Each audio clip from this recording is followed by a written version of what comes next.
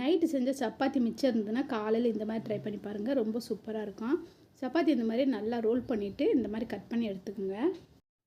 அடுப்பில் ஒரு பேன் சூடு பண்ணிவிட்டு அதில் ஒரு 3 ஸ்பூன் அளவுக்கு எண்ணெய் ஊற்றிக்கணும். எண்ணெய் காய்ஞ்சதும் இதில் ஒரு 4 முட்டையை உடச்சி ஊற்றி அப்படியே லேசாக கிண்டி எடுத்துக்கணும். முட்டையில் வந்து ஈரப்பதம் இருக்கணும், அந்தளவுக்கு கிண்டினா போதும். இப்போ இந்த முட்டை கூட ஒரு பெரிய வெங்காயத்தை நீட்டு வாக்கில் மெல்லிசாக நறுக்கி சேர்த்து லேசாக அந்த மாதிரி கலந்து விட்டுக்கணும். இது கூட ஒரு பச்சை மிளகாய் பொடிசாக நறுக்கி சேர்த்துக்கிறேன். ஒரு தக்காளி நீட்டு வாக்கில் நல்லா பொடிசாக அரிஞ்சு சேர்த்துக்கணும். இப்போ எல்லாத்தையும் சேர்த்து நல்லா கலந்து விட்டுக்கலாம். வெங்காயத்தையும் தக்காளியும் சேர்த்து நல்லா வதக்கக்கூடாது, லேசாக கலந்து மட்டும் விட்டால் போதும். ரெண்டுமே சாப்பிடும்போது பச்சையாக இருக்கணும், அப்போ தான் நல்லாயிருக்கும். காரத்துக்கு தனி மிளகாத்தூள், தேவையான உப்பு சேர்த்து நல்லா கலந்து விட்டுட்டு நம்ம நறுக்கி வச்சுருக்கிற சப்பாத்தியும் இது கூட சேர்த்து நல்லா கலந்து விட்டு அடுப்பு ஆஃப் பண்ணிவிட்டு இறக்குனிங்கன்னா சூப்பராக சப்பாத்தி பார்த்திங்கன்னா ரெடி ஆயிரும். நல்லா சுட சுட சாப்பிட்றதுக்கு இந்த முட்டை சப்பாத்தி ரொம்ப சூப்பராக இருந்தது. கண்டிப்பாக நீங்களும் இதே மாதிரி ட்ரை பண்ணி பாருங்கள்.